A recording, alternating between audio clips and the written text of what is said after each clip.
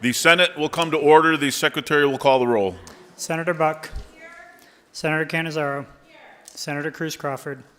Senator Daley. Senator Dignate. Senator Dondero-Loop. Senator Ellison. Senator Flores. Senator Hansen. Senator Krasner. Senator Lang. Senator Neal. Senator Wynn. Senator Orenshaw. Senator Pizzina. Senator Rogish. Senator Scheibel. Senator Steinbeck. Senator Stone. Senator Taylor. Senator Titus. Senator Cannizzaro. Thank you, Mr. President. Please mark Senator Neal absent excused. Thank you. Let the record reflect there are 20 senators present. Please rise for the prayer by Pastor Brian Lucas with PAX Christian Church in Gardnerville, Nevada, and remain standing for the Pledge of Allegiance.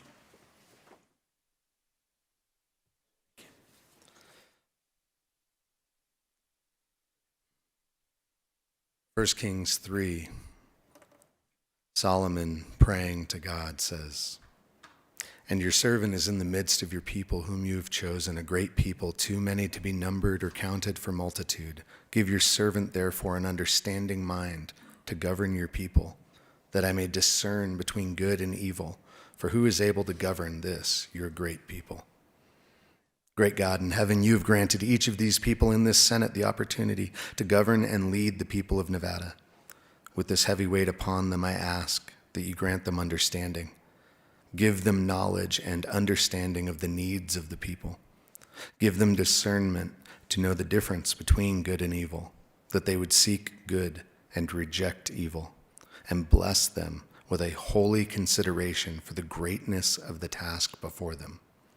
Lord, may you bless all those in this session with understanding, compassion, and empathy for one another and the people they each represent. And may they all work together in unity for your glory and for the benefit of our state and our union.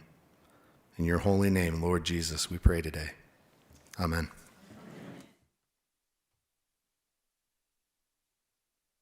I pledge allegiance States of America and to the republic for which it stands, one nation, under God, indivisible, with liberty and justice for all.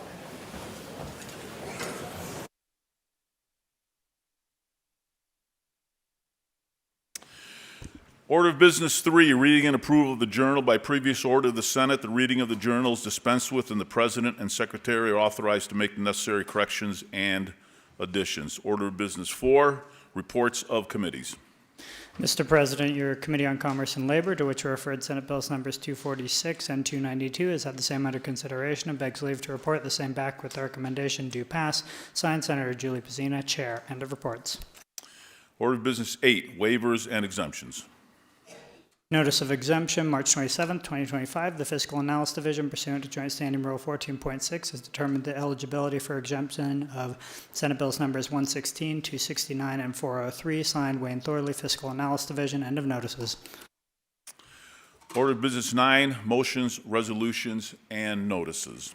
Assembly Concurrent Resolution 3, introduced by Assembly Members Yeager, et cetera, and Senators Cannizzaro, et cetera, expresses gratitude to the National Conference of State Legislatures for 50 years of service. End of resolution. Senator Dondero-Loop. Thank you very much, Mr. President. I move to adopt ACR 3. You've heard the motion. Are there any remarks? Senator Dondero-Loop. Thank you, Mr. President. I'm honored to stand before you today to express my deep appreciation for the National Conference of State Legislatures and its enduring commitment to supporting state legislatures across the nation, including our own here in Nevada. For 50 years, NCSL has been a cornerstone for state legislatures, providing invaluable resources, fostering meaningful relationships, and offering expertise that has enriched our state's legislative process. For 5 decades, NCSL has been a premier organization serving the interests of state legislatures and legislative staff. Founded in 1975, it emerged from the merger of 3 organizations that shared a profound belief in the worthiness of legislative service to democracy. As a bipartisan entity, NCSL has consistently advanced effectiveness, independence, and integrity of state legislatures. It has been instrumental in fostering interstate communication and cooperation, ensuring the states have a strong and cohesive voice in the federal system. NCSL's contributions are multifaceted. It facilitates the exchange of ideas, provides critical research and information, and encourages rigorous reviews of complex issues. This has empowered state legislatures to tackle emergent challenges effectively by bringing together diverse communities to find common ground. As laboratories of democracy, state legislatures have demonstrated a unique ability to adapt and innovate, and NCSL has been a key partner in this process. Moreover, NCSL's commitment to strengthening the bond between state legislatures in the United States and the international community has expanded our perspectives and collaboration. As we celebrate its 50th anniversary, we recognize not only its leadership, but also its service to our Nevada legislature. I urge your support for this resolution as we honor NCSL's remarkable journey. Let us join together in celebrating this milestone and expressing our gratitude for all that NCSL has done and continues to do for us. Thank you. Are there any further remarks from the floor? Seeing none, all those in favor signify by saying aye. Aye. Opposed, nay. Motion is carried. The resolution is adopted and ordered transmitted to the Assembly. That concludes Order of Business 9. Order of Business 13, General File. Senate Bill 38, introduced by the Senate Committee on Education, revises provisions relating to school emergency operations plans. The people of the state of Nevada represented in Senate Assembly to enact as follows, Section 1 and to Section 1. Are there any amendments? There are none. Section 4, this act becomes effective upon passage and approval. End of bill. Are there any remarks from the floor? Senator Cruz Crawford. Hello, Mr. President. Senate Bill 38 relates to emergency management response plans. It authorizes the Division of Emergency Management to disseminate school emergency operation plans to the local public safety agency in the event of an act of terrorism or related emergency, or for emergency preparedness, coordination, and response efforts. This authorization also applies to the updates and approved deviations of these plans. Are there any further remarks from the floor? Seeing none, the Secretary will open the roll.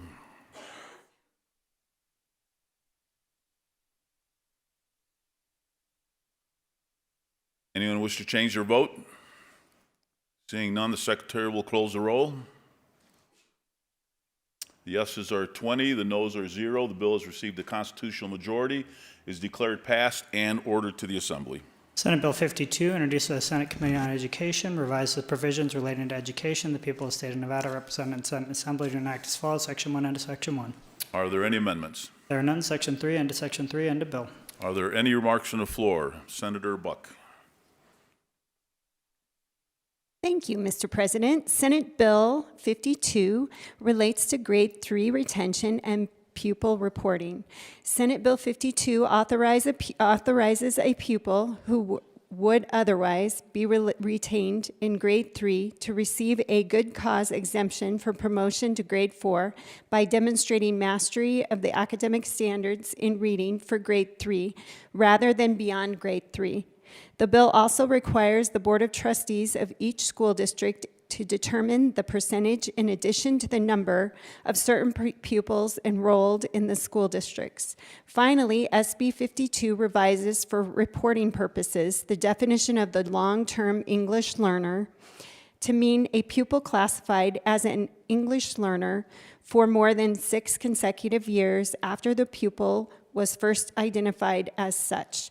Provisions of this bill relating to the good cause exemption for the promotion of a pupil to grade 4 are effective on July 1st, 2028.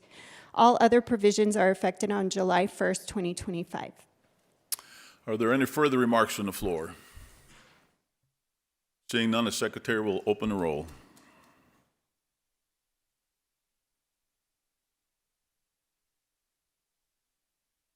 Anyone wish to change their vote?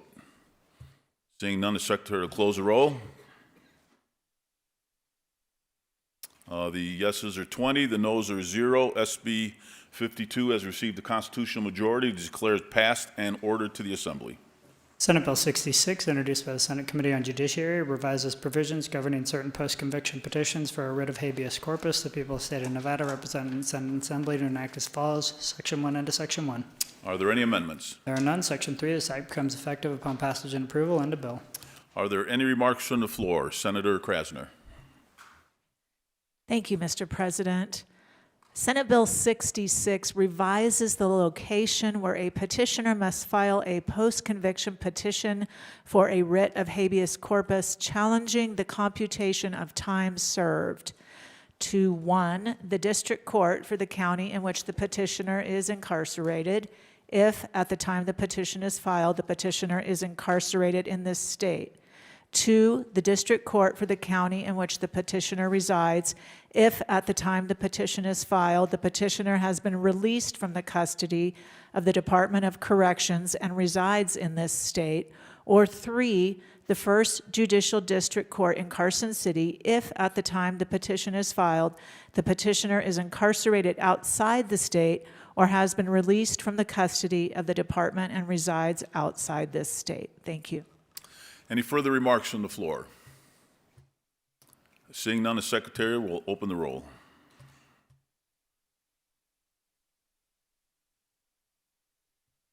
Anyone wish to change your vote?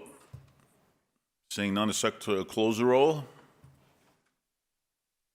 Yeses are 20, the noes are 0. SB 66 has received the constitutional majority, is declared passed, and ordered to the Assembly. Senate Bill 157, introduced by Senator Flores, revises provisions relating to the testing of cannabis and cannabis products. The people of the state of Nevada, represented in Senate Assembly, to enact as follows. Section 1 into Section 1. Are there any amendments? There are none. Section 2 into Section 2. End of bill. Are there any remarks from the floor? Senator Flores. Thank you, Mr. President. Senate Bill 157 requires rather than authorizes the Cannabis Compliance Board to adopt regulations setting forth requirements for licensees and registrants relating to the testing of cannabis and cannabis products. Such regulations shall require that representative samples of each lot of cannabis be tested by a cannabis independent testing laboratory and establish various requirements concerning the collection of such representative samples. Are there any further remarks from the floor? Senator Orenshaw.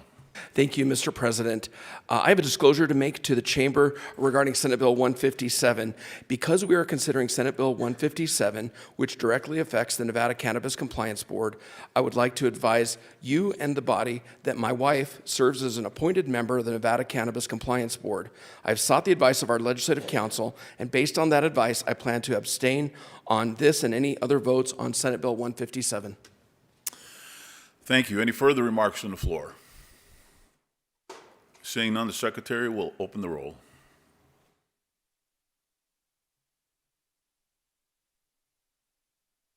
Anyone wish to change your vote? Seeing none, the secretary will close the roll. The yeses are 19, no 0, 1 abstention. SB 157 has received the constitutional majority, is declared passed, and ordered to the Assembly. That concludes Order Business 13 and the business of the desk for this legislative day. Very good. Order Business 16, remarks on the floor, introduction of guests. Senator Cruz Crawford.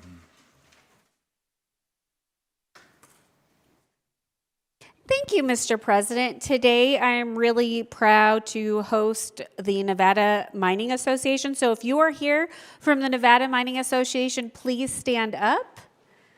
And if you are up in the gallery, you may stand as well. Today in the Senate we have members of the Nevada Mining Association joining us for Mining Day at the Legislature. With more than 400 members, the Nevada Mining Association brings together professionals to ensure Nevada continues to be the global leader in the modern mining industry. Mine operations employ Nevadans across all fields with us today. We have environmental engineers, equipment operators, accountants, executives, administrative staff, community representatives, and many others. The mining industry also comprises a diverse supply chain of local businesses and contractors to support the more than 100 mine operations located throughout our great state. Together, mine operators and businesses work together to create more than 37,000 jobs across the state. Our homes, jobs, cars, school, and livelihood depend on the mined minerals. Nevada plays a crucial role in the complex global network, accounting for 9.5% of all non-fuel minerals produced in the United States. So today, Tuesday, March 27th, is Mining Day here, and we welcome our guests across from all sectors of the Nevada's modern mining industry. Thank you so much for what you do, and thank you for joining us today.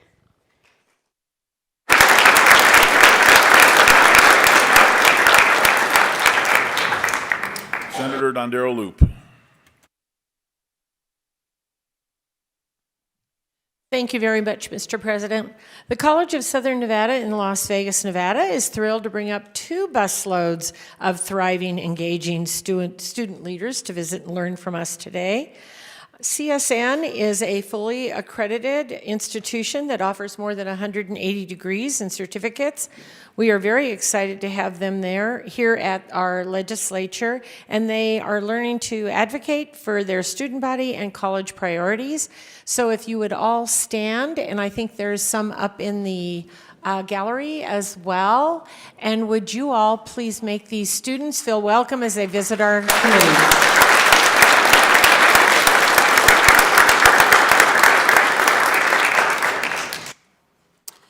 Senator Pizzina. Thank you, Mr. President. Today, we welcome physical therapists from across Nevada, representing the Nevada chapter of the American Physical Therapy Association. So I would love for all physical therapists in the room to go ahead and stand up.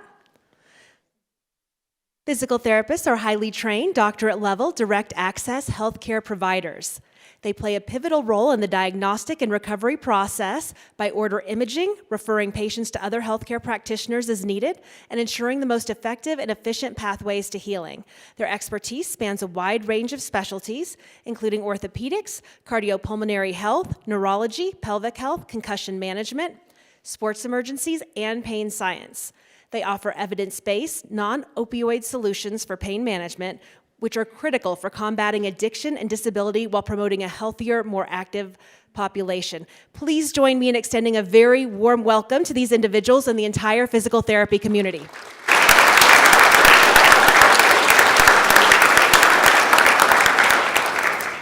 Senator Stone.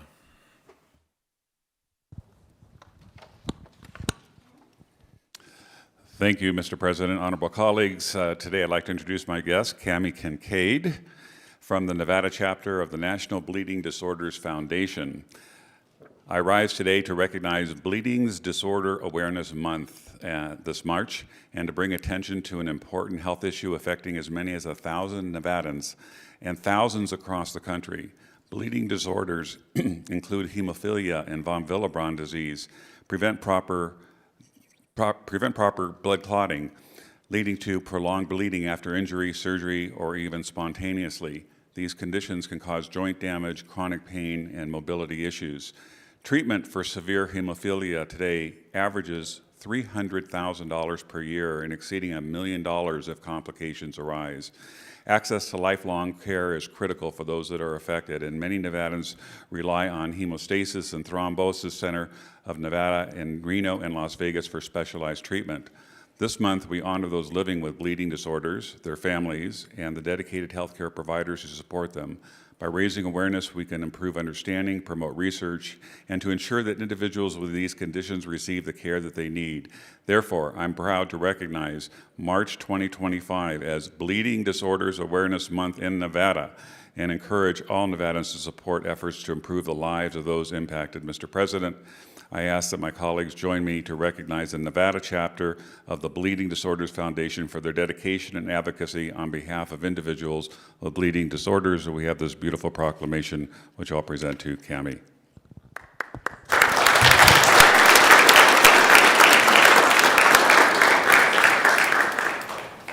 Senator Titus. Thank you, Mr. President. Before my introductions, I just want to acknowledge the mining associations that are here. My great-grandfather came to Nevada in 1870 as a miner, and so that industry has been near and dear to my heart and my family's heart our entire history. So thank you. Mr. President and members of this body, If you are a Nevada Federation of Republican Women member, please stand up. Mr. President and members, the Nevada Federation of Republican Women is the largest women's partisan political organization in the country. And it has been composed of as many 1,800 local clubs and approximately 90,000 members. The Nevada Federation of Republican Women Clubs of America was officially formed in September 1950 in Ely, Nevada.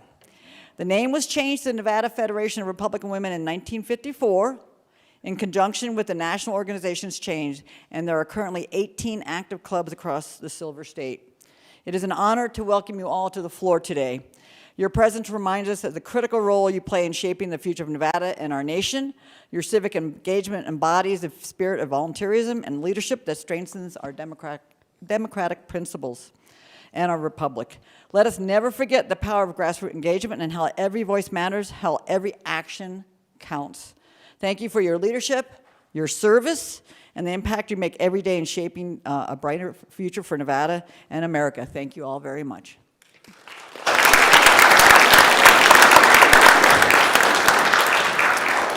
Senator Orenshaw.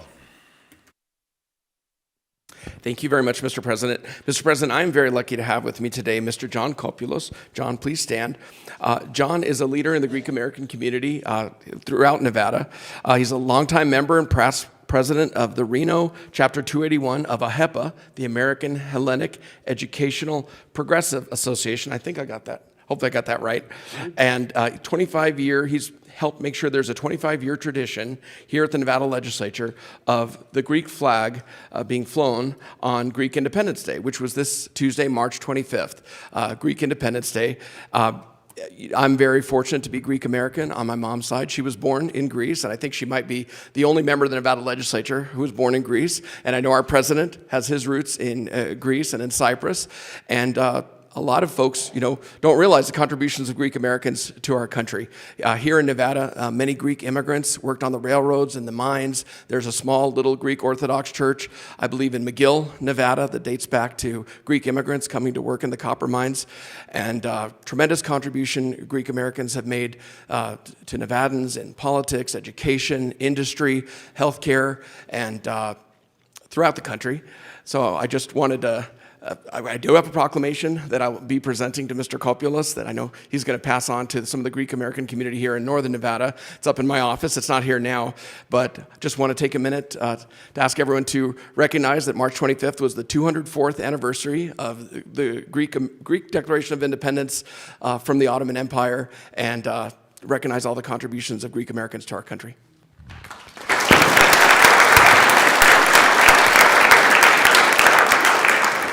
I second those remarks. Senator Cruz Crawford. Thank you, Mr. President. I have a very important guest, my daughter, Lola Crawford. Come over here, Lola. This is the love of my life, and I'm so happy that she is here today.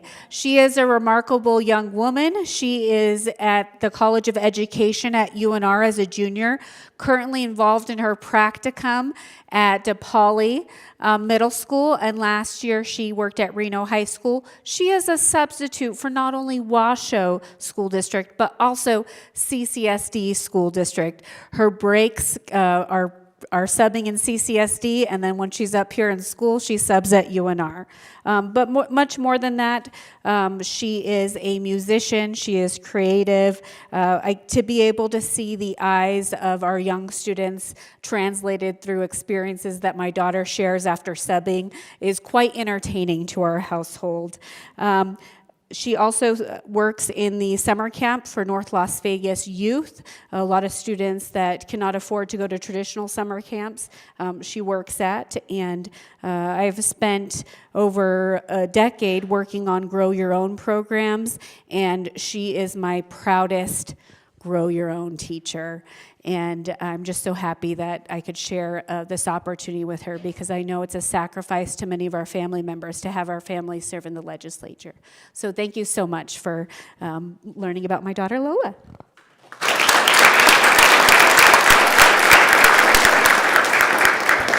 Senator Donate.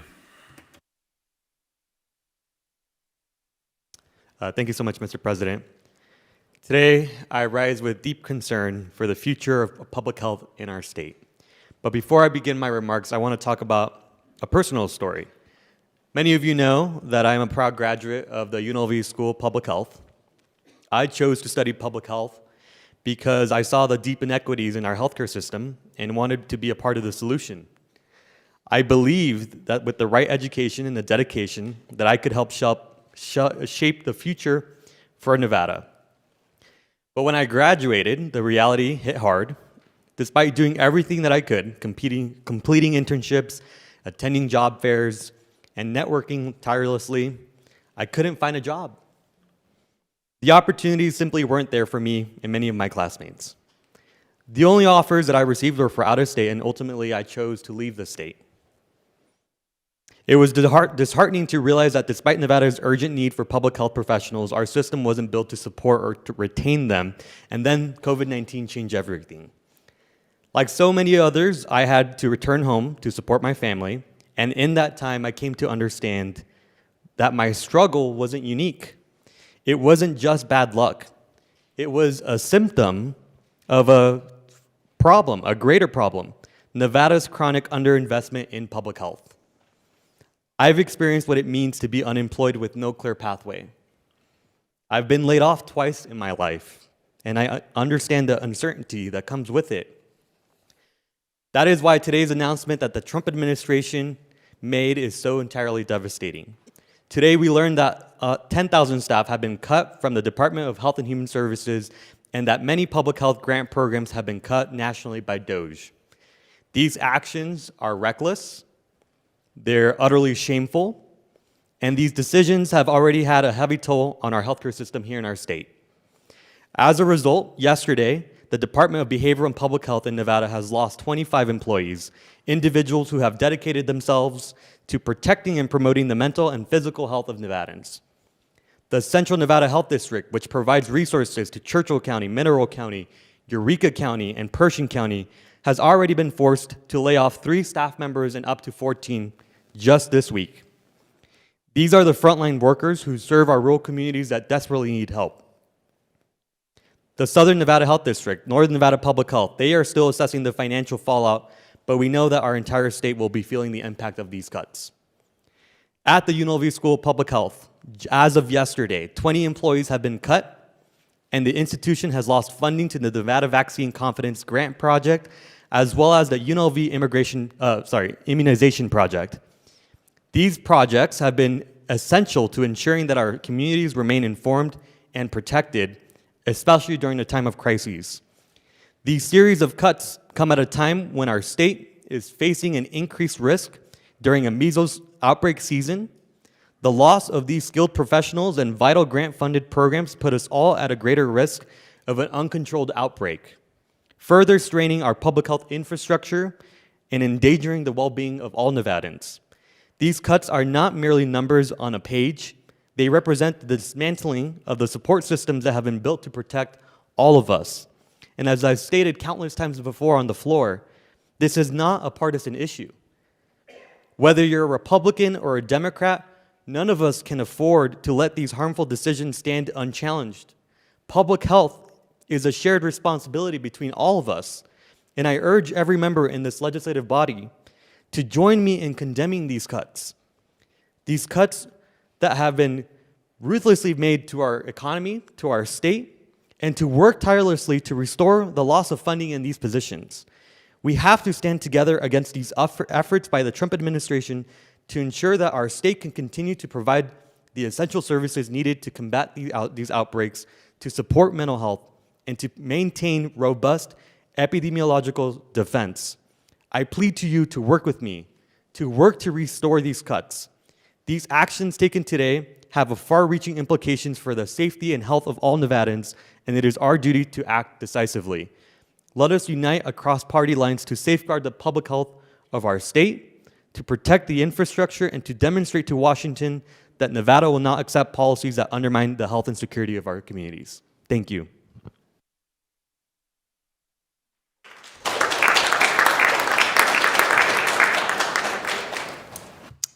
Senator Cannizzaro.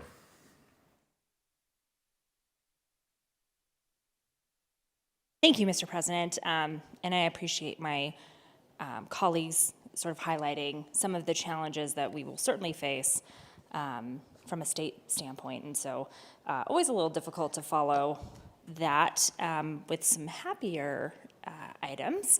But as you know, it is Women's History Month, and we are the first legislature in the country to have a female majority legislature, and in honor of Women's History Month, I am taking the time to highlight some of our amazing women legislators. And today I would like to talk just a little bit about our new colleague, Senator Taylor. So Senator Taylor was first elected in 2022, so that makes this her third year in the Nevada Legislature. She served one term in the Assembly and is currently in her first term with us here in the Senate. During the 2022 legislative session, her first here in Carson City, Senator Taylor served as a member of the Assembly Committees on Government Affairs and Health and Human Services and served as the vice chair of the Assembly Committee on Education. And so now, in her first session as a senator, she has continued to build on that experience, and she currently chairs the Senate Committee on Education and serves as a vice chair on the Senate Committee on Health and Human Services. Senator Taylor's accomplishments are also equally as impressive in her private life. She is a proud graduate of the University of Nevada, Reno. Go Pack! And where she earned a Bachelor of Science in Business Administration, a Master of Public Administration and Policy, and a doctorate in Educational Leadership. She is also a small business owner and the Chief Executive Officer of Guardian Quest, a business that helps companies thrive through coaching, consulting, inclusive leadership, and other supports. Prior to her service in the Nevada Legislature, Senator Taylor served her community, particularly its children, during her 8 years on the Washoe County School Board, including serving as board president. As a Hug High School graduate and the first Black female student body president, Senator Taylor has always been committed to advancing education in Nevada, and I am confident that she will continue to advocate for issues important to her and her constituents, and it has been such a pleasure having her with us here in the Senate, and I truly feel like we really gained some great knowledge and a wonderful colleague here, and so we're very glad that we got to steal her from the Assembly and convince her to come over and hang with us in the Senate, and so if you could please do me the honor of acknowledging Senator Taylor.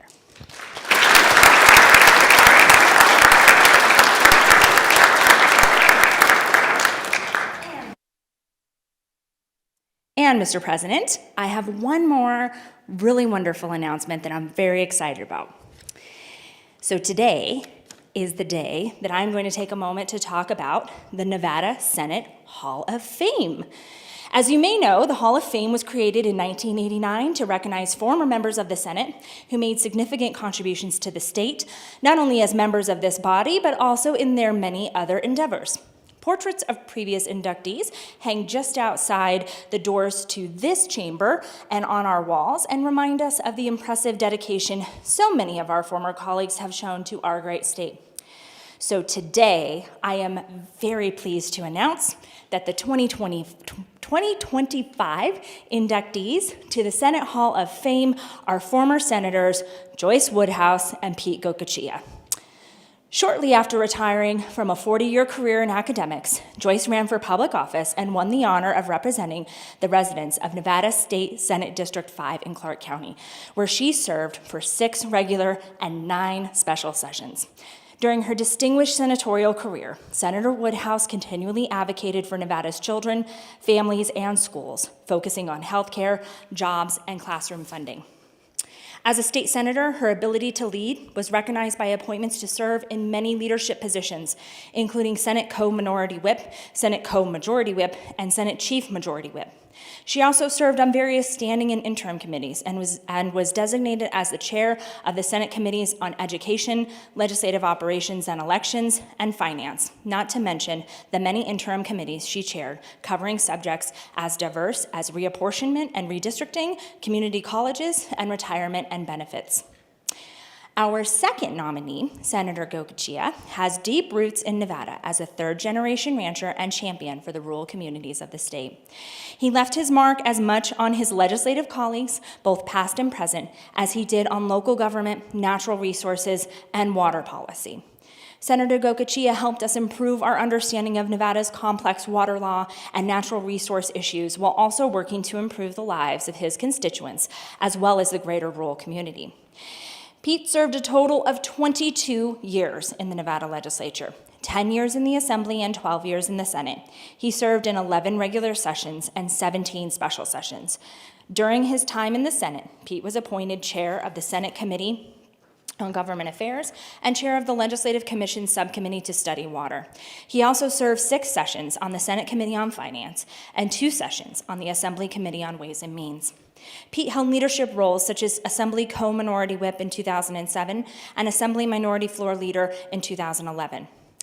Just when he thought he could retire to the ranch, Governor Lombardo appointed him to serve as the regent representing District 8 of the Nevada System of Higher Education's Board of Regents, replacing our very own Senator Cruz Crawford.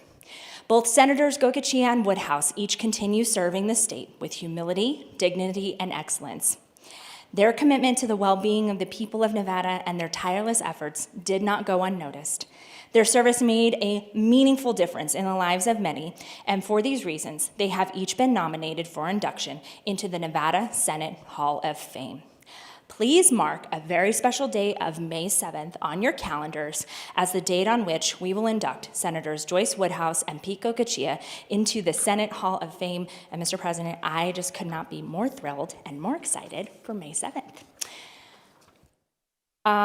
Keeping that on our calendars and thanking all of our guests for being here today, Mr. President, I would move that the Senate stand in adjournment until the hour of 11 a.m. on Monday, March 31st, 2025. Thank you. You've heard the motion. All those in favor signify by saying aye. Aye. Opposed, nay. Motion carries. We are adjourned.